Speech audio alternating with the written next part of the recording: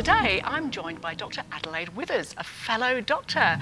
Hi Jenny. Welcome Adelaide. Thanks for asking me to come. You're very welcome. Now Adelaide is a paediatrician. She's a children's doctor and she also specialises in the area of sleep, which as we all know is really important when it comes to brain fitness. So Adelaide, tell us, why is sleep so important, particularly for the younger generation? So sleep's incredibly important for all aspects of how we function. We know that sleep is incredibly important for the developing brain, so particularly for young children, and you need sleep for your brain to develop properly. It also has a big impact on your ability to concentrate, your ability to pay attention, for memory and learning. And the really important thing is it's not just how much sleep you get, but it's actually the quality of sleep that you get as well. It's interesting you make that distinction because people tend to assume, well, if I'm in bed for 7 or 8 hours, therefore I'm getting the quantity of sleep. But what you're saying is the quality of that sleep that's really important. Both aspects are really important. And we know that if you have interrupted sleep or poor quality sleep, it's kind of equivalent to not really getting much sleep at all. So you could be in bed for 10 hours, but if it's 10 hours of bad sleep, that's going to have a significant impact upon your ability to concentrate and pay attention and learn, and the developing brain. Which is really important if you're a child because you've got a lot of learning to do, presumably, at school. That's exactly right. Now, a lot of adults have problems with sleep, and that's not unusual, but how common is it for a child to have to be seen about their sleep? It's very common. We know that conditions such as sleep apnea are quite common in children. Most people don't think of children as having sleep apnea. About 10% of children snore and 1 to 2% have sleep apnea, so that's very common. Behavioural sleep problems, particularly in younger children when they're toddlers, are incredibly common. So up to 25% of children will have a behavioural sleep problem.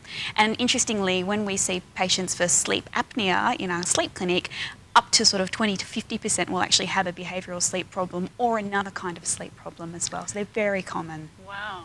Because I can understand why behaviour can become a bit of a problem if you're not getting good sleep, because I know if you're a bit tired, you can get a bit cranky. That's exactly right. I had no idea that that number of children could actually have the condition of sleep apnea. Yes, sleep apnea is actually quite common, particularly in children aged between about 3 and 8 years of age, because that's when their tonsils in the back of their throat are at their largest. So it's very common in those years. And what you were saying about their ability to concentrate and behaviour is also really important. So we know that if you don't sleep properly, often people can't behave, they can't concentrate, they can't learn. And we see a really large number of children referred to us not because they snore, but because they're doing badly at school or they're not able to concentrate and they have behavioural issues. Okay.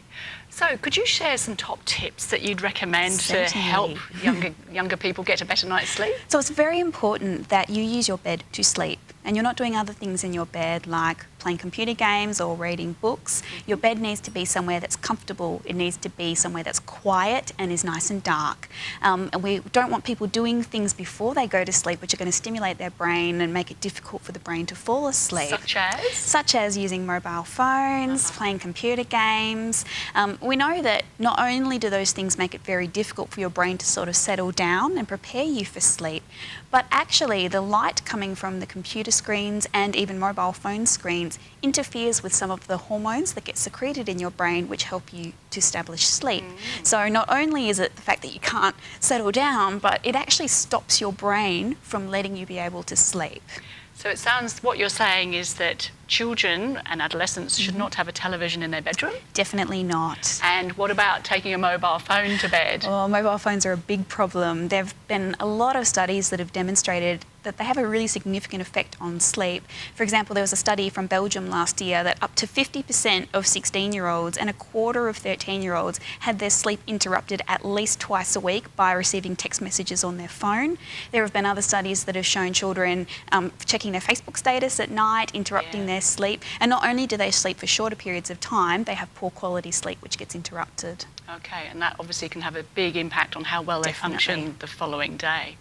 So if a parent is watching today and they have a bit of a concern because maybe their child snores or they know that they're a bit cranky and not doing so well at school and they think it might be to do with the fact they're not sleeping so well, what should they be doing? So the first thing to do is go speak to your general practitioner. GPs are a wealth of knowledge about sleep problems, and if they think it's appropriate, they can certainly refer you to see a sleep specialist, no matter what age you are. Yep. Another resource that's really fantastic is the community child health nurses. Many of them are trained in behavioural sleep techniques, and if you're concerned about things like getting your child to bed at the right time or them not wanting to go to sleep, they're a great person to speak to as well. Fantastic. Well, Adelaide, thank you so much for Very coming in welcome. today. That we've learnt so much, and I'm sure they'll be very helpful to everybody who's got a child. So, Thank you so much, Dr. Jenny.